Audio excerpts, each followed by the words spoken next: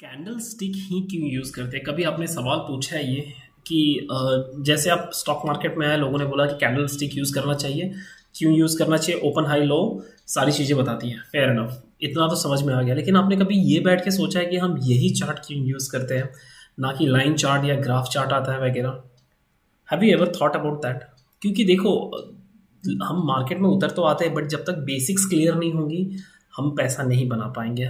ये कोई भी फील्ड में आप जाइए तो यही होने वाला है। सिर्फ गैम्बलर्स लोग हैं जो उम्मीद में आते हैं, और मुझे ऐसे डेली बहुत लोग मिलते हैं कि करवा दो, ऐसा नहीं होने वाला है। ये एक बोलते हैं ना कि प्रैक्टिस करना होगा, बेसिक समझना होगा।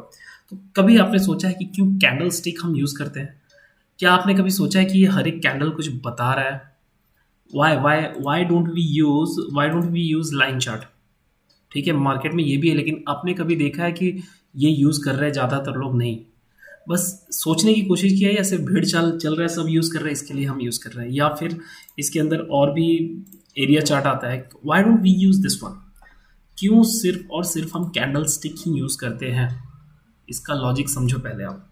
ठीक है, तो जैसा कि मैंने बताया व्हाट इज़ कैंडल स्टिक में वीडियो में कवर कर दिया है कि हाई वीक लो जो भी होता है, ठीक है, फेयर इनफ है वो। लेकिन यहाँ पर ये हर कैंडल जो है ना, और यहाँ पर भी आप देखोगे 5, 10, 15, मतलब 1 मिनट से लेके 30 मिनट, 1 घंटा, हर एक, तो हर टाइम फ्रेम में क्या चल रहा है ना, ये कैंडल स्टिक बता रहा होता है। ठीक है, अब जैसे मैं आपको बता दूं कि ये वाला देखिए, ये जो पार्ट है ना, ये पार्ट, ये कैंडल स्टिक का एक पैटर्न है। ठीक है, वो एक्चुअल में ये 5 कैंडल को मिलाकर नहीं है, सिर्फ 3 कैंडल को मिलाकर। कैसा है? एक ग्रीन कैंडल, एक डूजी कैंडल, और एक ये रेड कैंडल। ठीक है, लेकिन यहाँ पर क्या कह रहा है आपको चार्ट? यहाँ पर चिल्ला चिल्ला के बोल रहा है कि मैं गिरने वाला हूँ चार्ट। ठीक है, लेकिन आपको समझ में आना चाहिए, तो इसके लिए हम सीखना पड़ता है हमें कैंडल स्टिक पैटर्न। ठीक है, पैटर्न्स होते हैं मार्केट में, बहुत से ऐसे पैटर्न्स बनते रहते हैं, लेकिन कोई ज़रूरी नहीं है कि पैटर्न कहीं भी यहाँ पर कहीं पर पैटर्न बन जाए तो कोई सेंस नहीं है। तो उसके बारे में हम डिटेल में समझेंगे। ठीक है, तो उसके लिए पहले हम कैंडल स्टिक पैटर्न समझेंगे।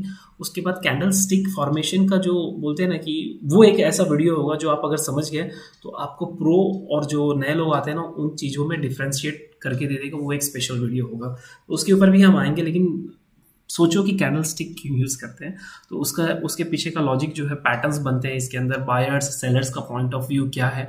अब आप मुझे ये बताओ कि यहाँ पर कोई हमें समझ में आ रहा है कि बायर्स का या सेलर्स का पॉइंट क्या है? इस 5 मिनट के ये 5 मिनट का लगाता हूँ, ये 5 मिनट में बायर्स या सेलर्स का व्यू क्या था, हमें समझ में नहीं आ रहा है, राइट? लेकिन अगर वही मैं कैंडल स्टिक कर दूँ, ठीक है, तो यहाँ पर आपको समझ में आने लगा है। ठीक है, कि एक डाउन ट्रेंड था, फास्ट बुलिश मूव आया, लेकिन सस्टेन नहीं कर पाया, उसके बाद फॉलो अप बाय सेलिंग आ गई। काफ़ी चीज़ें होती है, ये तो एक जस्ट एग्जांपल बताया। यहाँ पर इस पैटर्न का कोई सेंस नहीं बन रहा था, बट स्टिल हाँ, लेकिन एक पैटर्न का यहाँ पर मैं आपको जस्ट एक एग्जांपल दे रहा हूँ कि देखो, ये एक पैटर्न बन रहा है। ठीक है, ट्रेंड लाइन, इसके अंदर और भी 2-3 चीज़ें मुझे दिख रही हैं कि यहाँ से मैं बुलिश का डेफिनेटली ले सकता था कॉल। तो ये सब चीज़ें आपको जो है ना कैंडल स्टिक में ही सीखने मिलती है। तो चलिए, पैटर्न्स के बारे में हम सीखेंगे, कैंडल स्टिक के बारे में काफ़ी कुछ इंटरेस्टिंग होने वाला है। ये चीज़ समझ के तो ट्रेडिंग की लाइफ ईजी हो जाएगी।